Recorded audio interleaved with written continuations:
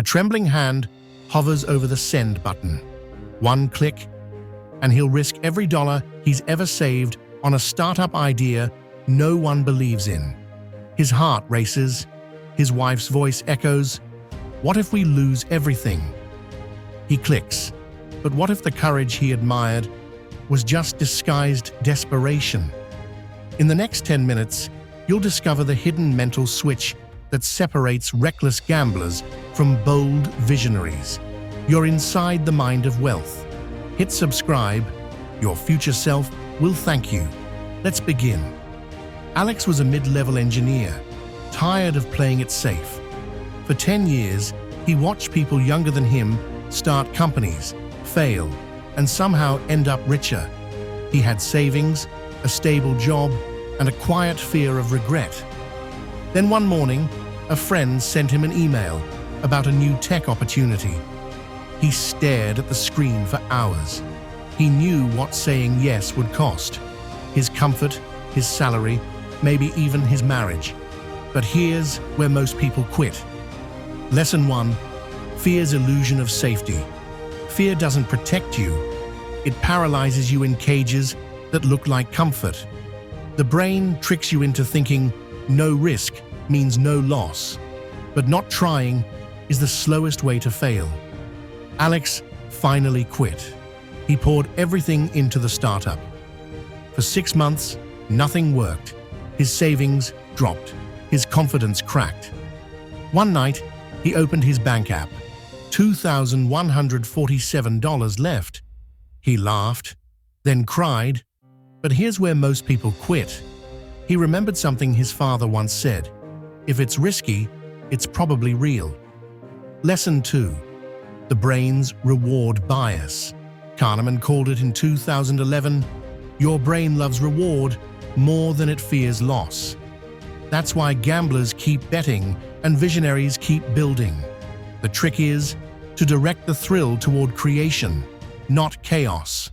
So Alex doubled down, not on the market, but on learning faster than fear. He studied every failed launch, every broken pitch. Then one client deal finally hit. $50,000. Relief. Celebration. He thought he'd made it. Full summit. 3 weeks later, his partner disappeared with half the funds. Emails bounced, bank account frozen. But here's where most people quit. Alex didn't. He reframed the loss. Instead of saying, "I failed," he asked, "What did this teach me?" That question saved him. Lesson 3: reframing loss as feedback. Every failure holds data. The mind that asks, "Why me?" stays stuck. The one that asks, "What now?" evolves. He rebuilt the company alone, using what he learned from betrayal. The irony: that partner's greed exposed weaknesses Alex never saw. The risky deal was real. By year 2, his startup earned 7 figures. Reporters called him fearless. He laughed. He wasn't fearless. He was trained by failure. And that email that once scared him, it became the symbol of his rebirth. But here's where most people quit: when comfort returns. Because once success comes, your brain starts craving certainty again. That's the final trap. The illusion that you can coast. A Stanford study in 2022 found that people who play it safe after winning lose their innovation drive within 18 months. Alex refused. He reinvested half his profits into mentoring young founders. He said, "If you're not scared, you're not growing." He often looked back at that first moment, the trembling hand over the button. It wasn't courage or recklessness that changed him. It was belief. Belief that he could adapt faster than life could knock him down. But here's where most people quit: when they stop believing before the reward appears. The real risk wasn't losing money, it was losing identity.